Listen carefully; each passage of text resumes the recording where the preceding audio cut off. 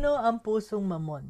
Anak, strict ka ba or masyado kang mabait? Meet Joy and Mark, a couple who run a motorcycle helmet and accessory store together. May staff silang laging umaasa sa kanila for every small business decision. At kung paanong i-display ang helmets, alin ang uunahin i-stock o paanong kakausapin ng customers.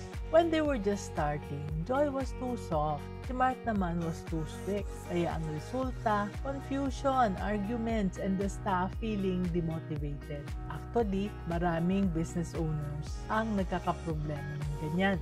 Kung sobrang soft ka, staff may take advantage. Kung sobrang strict ka naman, natatakot sila at nawawalan na ng initiative. So, neither option helps the business. Ang solusyon, dapat balanse. Balance firmness with fairness.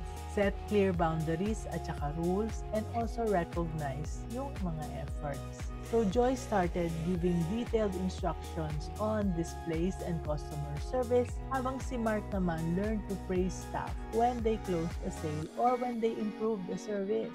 Kapag may mali, they corrected immediately. And they also made sure to say thank you when things were done right. They also added weekly check-ins, celebrate achievements, discuss improvements, and align the whole team.